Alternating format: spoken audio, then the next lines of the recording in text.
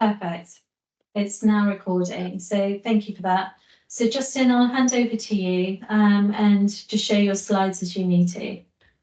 Lovely, thanks, Atisha. Yeah, hi everyone, thanks for joining. I've put together some slides just to sort of run through where we are at the moment on the project and the financials. So I'll run through that. If you've got any questions as you go through, do just sort of jump in and ask, and we can discuss in more detail at the end. But hopefully this will pop up in front of you. Yeah, we can see it. Brilliant. I'll just make that full screen. So yeah, I just thought I'd start with some pictures, just so I know for some of you came down, it was probably a year ago, wasn't it? I think, to see the site. But we're both this is where we are. This is a few weeks ago, but this is where we are on site. So yeah, we're basically finished there. So we've got the final coat of tarmac to go down the road. This is an image from the estate agent. They sort of slightly blurred the road to smarten it up, where we've got some raised ironworks, but other than that, everything you see is just a real photo. So this is looking down the development of the completed units, and that one that's sort of centre of the picture, that's an occupied house at the moment. This is looking back up the road on the 3 affordable plots that we did. So these are the first homes. These are the ones that were occupied just before Christmas. So bless them, they have had to put up with a bit of construction traffic going past whilst we finished. And we'll come on to that in a bit, but I was expecting us to finish a lot sooner than we did, so they had to put up with a bit more than I'd hoped, but they've been fine. And because they're up at the top of the scheme, then it was only really as people came in and out, not so much during the day. But that's that one.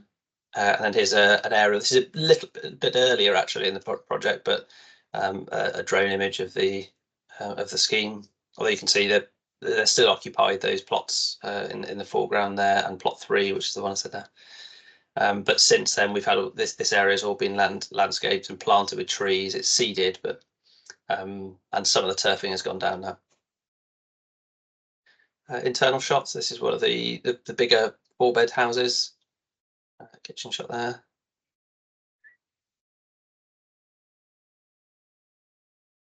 So bathroom shot.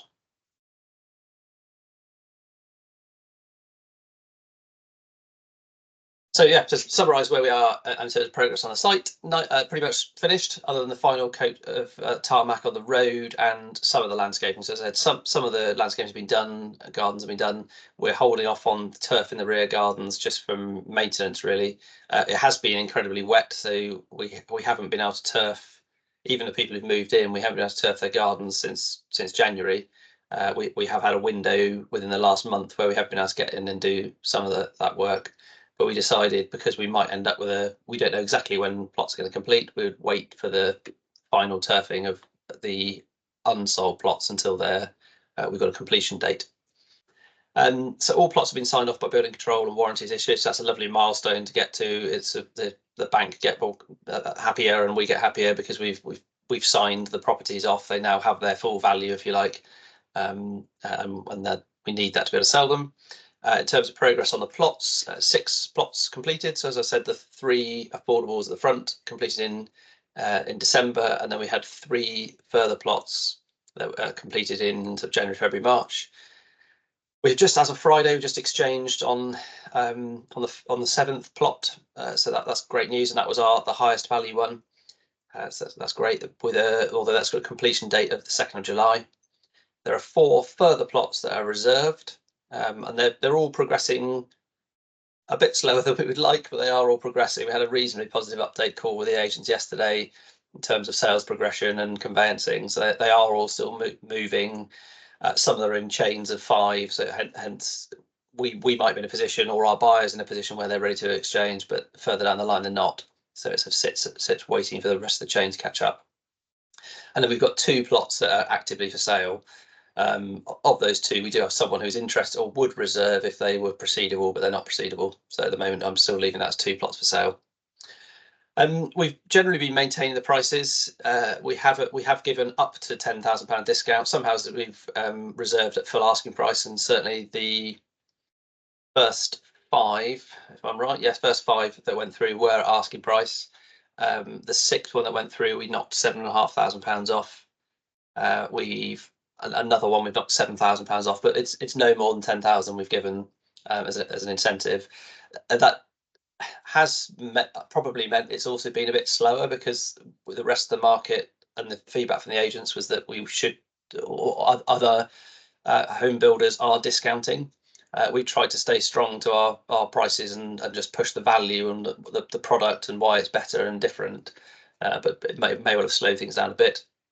But I think because we have got plots agreed, we had some good interest, and these plots reserved, we felt that was the right thing to do.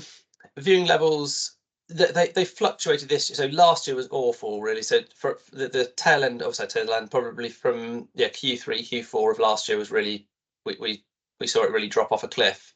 That picked up much more at the beginning of this year, but it has sort of ebbed and flowed throughout that period. It was quite encouraging to have a sort of a flurry of activity fairly early on this year, which got these plots reserved. But then it sort of, it comes and goes. But as we understand it, our scheme does seem to be performing slightly higher than the average in the area. That's according to our agents. The last point there is that the bit I'm not excited about is the financials. So we've seen the impact of, and I'm going to go through the various challenges we've had now, but it does mean now that this project is now showing a loss for the scheme. So it was being eroded as we were going through last year and early into this year, and it's just continued. Bank interest being a big one, but we'll come on to that. So these are the I'll just run through the sort of headline challenges financially we've had, and all of these are playing to the overall financial outcome.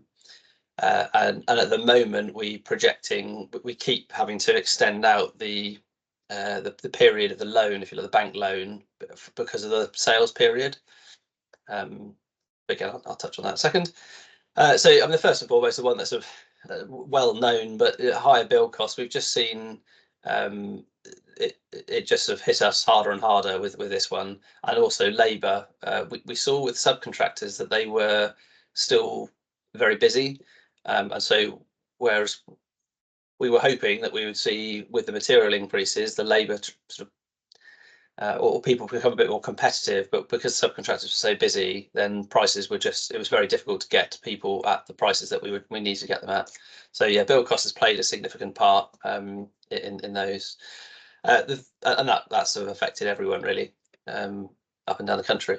The second point is something that has been a challenge on this particular project. So we made that decision, I think we kept you updated on, to change the construction manager. So it was the construction management firm we started with was a construction management firm we worked with on a previous project, but we felt, due to some of the issues that we started to see at Sandford, that they weren't keeping enough control of the project. So it was a really difficult decision to make. We felt it was the right one to do at the time, but I hadn't appreciated what impact that would have on the morale of the site. So it seemed to affect it, and also the construction management firm that came on board to take over, because they took over mid-project, I don't think they ever fully got themselves up to speed. They were always slightly playing catch up, because they came in, the project was running, they didn't have that lead in, and so they were dealing with the urgent things, and it felt like they were always in that sort of mode. I'd love to know, but unfortunately I don't feel I know what the exact impact is on the programme. But I think that has also affected the programme, because they probably didn't procure quite as fast, because they were still dealing with issues that they inherited. So I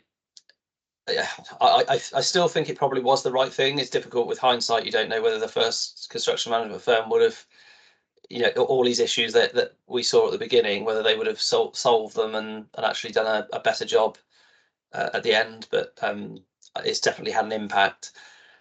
And as I say, with subcontractor morale, it felt like when we were talking with subcontractors, they just weren't as happy to be on that site than other sites. So yeah, that definitely had an impact. Project delay. So weather has been, I mean, this year has been really particularly wet, as you probably well know. So that has affected certain things finishing, and where they were critical path, we just couldn't get on to the next element of work. Again, I think this is going back to last year, but the timber frame supplier was very delayed in bringing the frames to site. At the time, the construction manager was saying, well, we'll try and work around that. We'll try and rejig work, bring some things forward, and work around that delay. As the project progressed, whether they would ever have been able to do that, or whether they were just saying, we'll do our best to improve the program, but it didn't feel, or it felt like any benefit that they might have achieved early on by changing the sequencing seemed to ebb away as we went through the project. So I think the impact of that, when we challenged them on it, said, why is this program slipping? They would quite often go back and say, well, remember the timber frame was late. The difficulty is, at the time they were saying we can try and mitigate this, but as time went on, they said, but it has had an impact. And then, I mean, it's a really big, you'll see on a slide in a minute, obviously a massive one is the higher interest costs. So Bank of England base rate up at 5.25 has practically doubled the interest cost that we were anticipating. But it's a double whammy, because when the project extends, it's not only is it extra interest for the time that it's extended, but it's at double the rate. So it just felt like it was really increasing. And that sort of increase to project duration or bank interest, this final slide, is the slow sales rates and low buyer sentiment. So as I said before, last year was really slow. This year has been better, but we're also seeing the chains fall apart. So we had one buyer, I think, who reserved in October, November last year, and then nothing happened with their sale. In the end, we had someone else come along, offered on the same plot, so we accepted that one. Their chain then fell apart. Then the first people who had offered finally, I mean, only probably a month ago, came back and were now proceedable. So a plot that they had reserved in October, November last year, they're now back on, but it's been incredibly slow. So obviously the impact of that on the loan repayments is huge. This is a sort of snapshot of where this is right at the beginning. I think this is from one of the investor decks that we did. So this is where we were expecting to be on the initial appraisal, and this is where we're currently sitting. So project cost 5.78, up from 3.83. As I said earlier, this finance one, again, you can see we're projecting 334,000 on interest, and we're up at 889. We obviously there's a big difference. You can see the project costs. Some of that are decisions we made to up spec certain items to try and increase the GDV, and you can see there's a reasonable uplift as well in the GDV, but not enough to cover those big differences in build cost and finance. And so I hate to be in this position to report, but that's where we're now in a loss-making position on this project.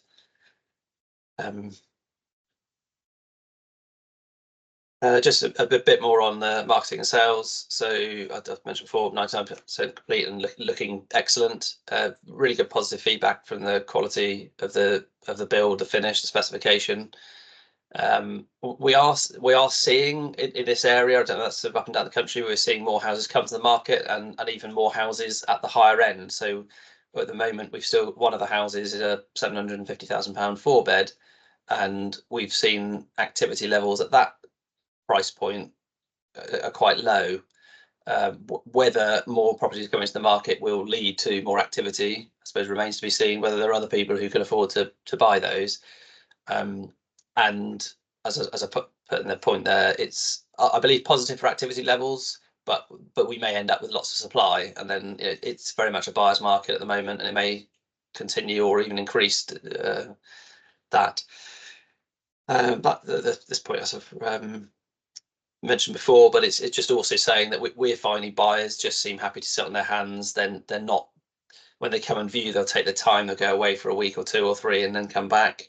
It's difficult to create a sense of urgency with buyers and get them to move quickly. Conveyancing is taking a long time, whether that's driven by lawyers or whether it's driven by buyers just wanting to slow things up and bide their time, I don't know. We had this one that we've just exchanged, actually. They initially were just going to exchange and complete, and then they came back and said we'll exchange in May, but we would like to complete in July.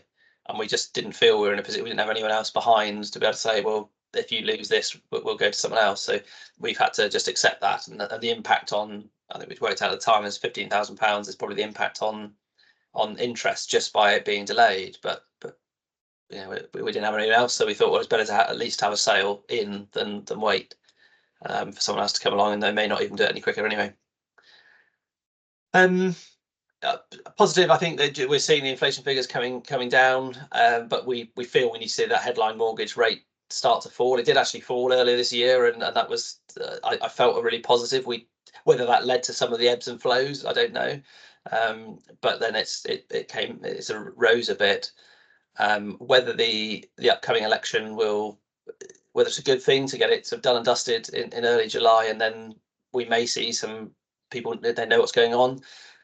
It may not have an impact. I think I've spoken to a few people, and some feel that it shouldn't have an impact at this level.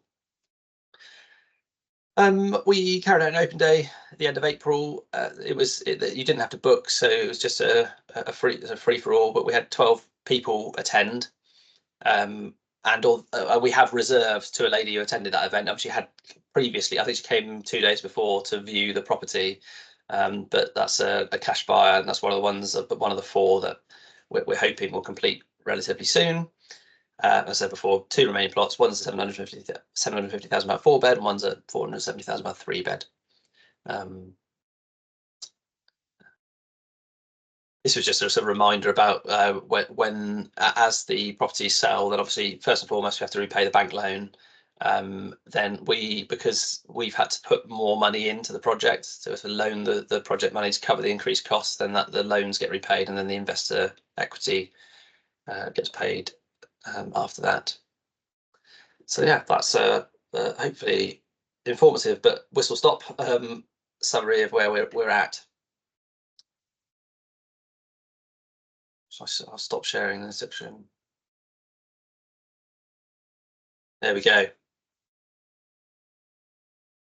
Thanks for the update, Justin. So I suppose one of the questions that people will have is going to be, what does that mean for their investment? And at the moment, would it be fair to say that we don't know what that's looking like, because until the final units are sold, we don't know. Yeah, that's right. I mean, yeah, exactly. So I say it is a snapshot as of now, but it makes assumptions about how long it's going to take for the various properties to sell. So if that speeds up, then the interest could go down a bit. But if we have to reduce prices, then if we speed up the sales, then the interest will be lower, so that the loss will be less. But if we have to reduce prices, then it would have a negative impact. So you're right, we don't know. That's what we're projecting at this stage, looking at sales rates throughout. I think it's to the end of September or October. I have to check that we've put the sales going through till. So it may be it's a bit more positive, and also because the loan is where the cost is. Once we get back to equity, then obviously there's not a direct cost to the project. Then that interest burden will stop once we repay the loan back. Does anyone have any questions before I sort of ask some more potentially?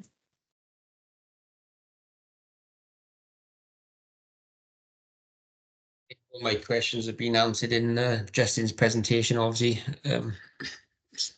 last 2 years have been a challenge. I think a lot of us foreseen some of the challenges that was going to come our way with the interest and the war, etc. And I think it's now showing out the end of the project. So unfortunately, but I have no other questions at the moment.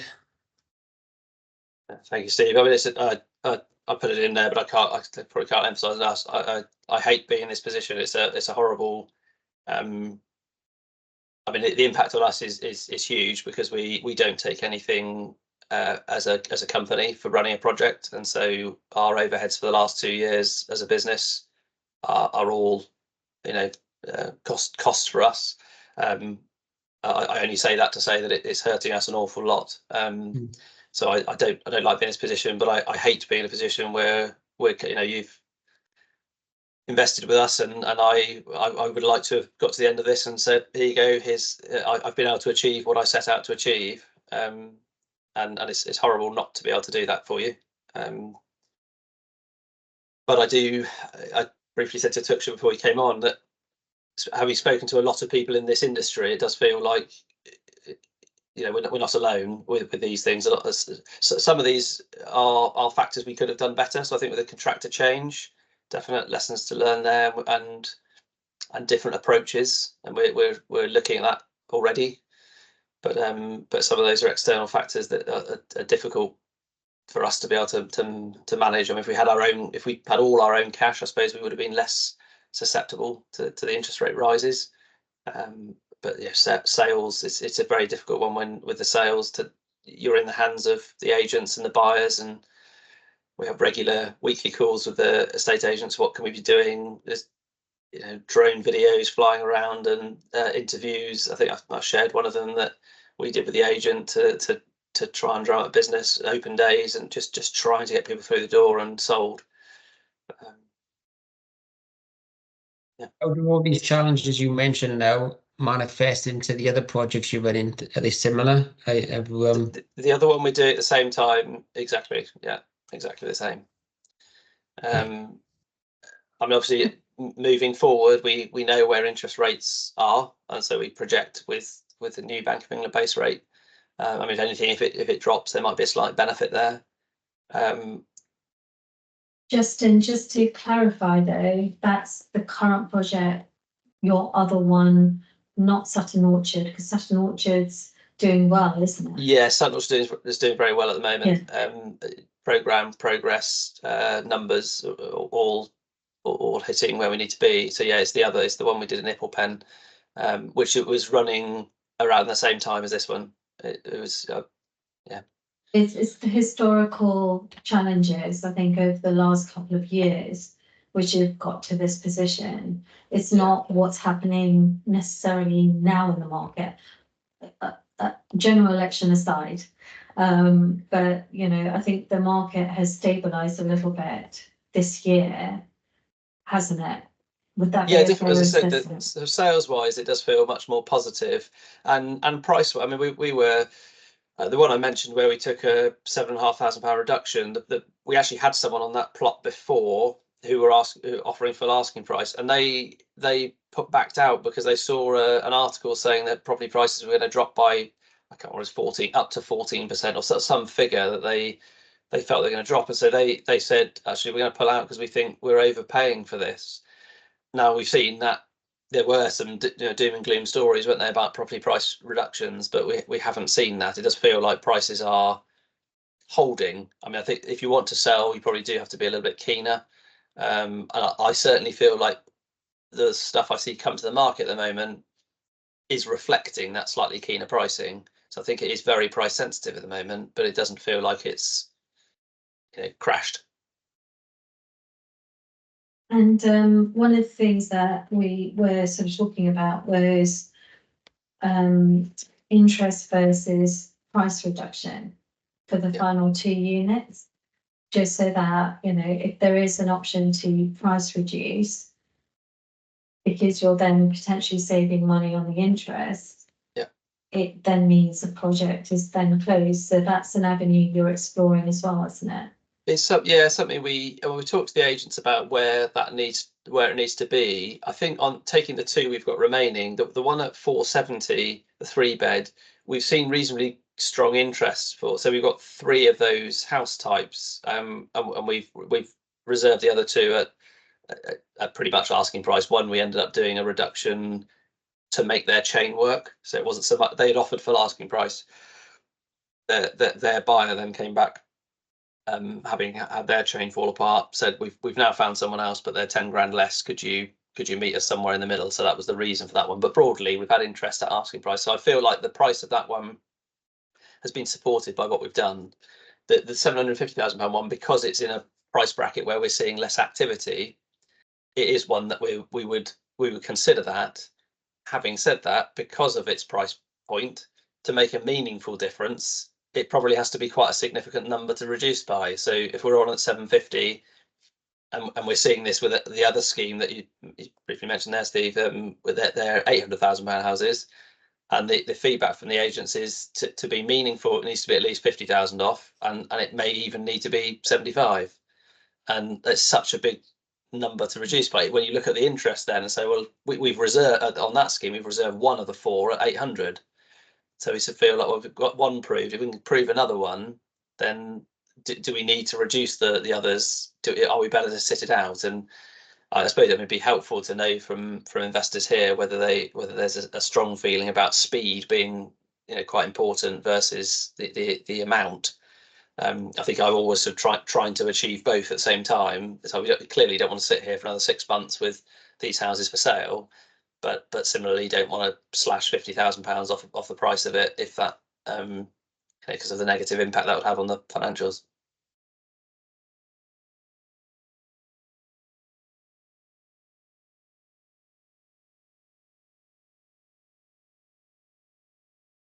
Any thoughts? Edward, are you saying something? Because if you are, I can see your mouth moving, but I can't hear you.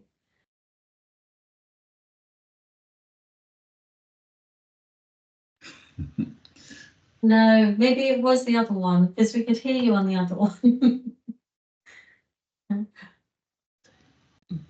No. So hi everyone. Hi. Hi there. So just listening to your presentation, you're talking about the whether to come down on the price in order to accelerate the sale as opposed to waiting for longer with the interest rates. Given what it is now, all things being equal, what sort of timeframes are we looking at if we don't do anything and just go by the prices and try to wait? I mean, what sort of the quantums do we believe if we reduce the price? Is it going to maybe gain us 3-4 months? And maybe what time scales are we looking at from where we are now? When do we think we might be able to conclude everything? Yeah, it's a really good question. I don't know whether I know that, if I'm perfectly honest. I feel it depends on the level that you reduce by. I think if we took £25,000 off, it may not make a huge difference to time. But if we took £50,000 off, it may well.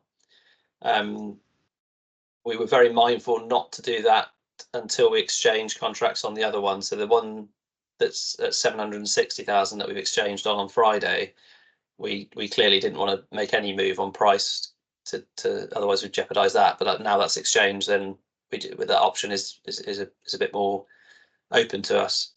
Yeah, I don't know. I at the moment we're saying we think we will sell out by the end of October. I don't know whether is the honest answer. I don't know whether it would be that much quicker. I feel like it should make a month or two's difference, but it's at that sort of price point. Say it's about £7,000 a month, something like that. The cost to hold that property, and that's if the bank debt is we're still paying bank debt. If it's the very last one, whilst I appreciate it's your money, it's our money sitting there as equity. We're not paying interest out on it if it's the very last property. And so whether we say would people like to wait another month or two, but not have we get the higher price for it. Okay. And one of the options was also to see if both units could be sold at the same time for a slight discount. So again, is that something? Because I know there was someone who might have been interested in that. Yeah, so I've had a conversation and sent all the details over of the plots that are available. But I haven't heard back at this stage. My having looked at this in the past, it feels like the discount that people want to achieve is reasonably significant, 10 to 20% discount.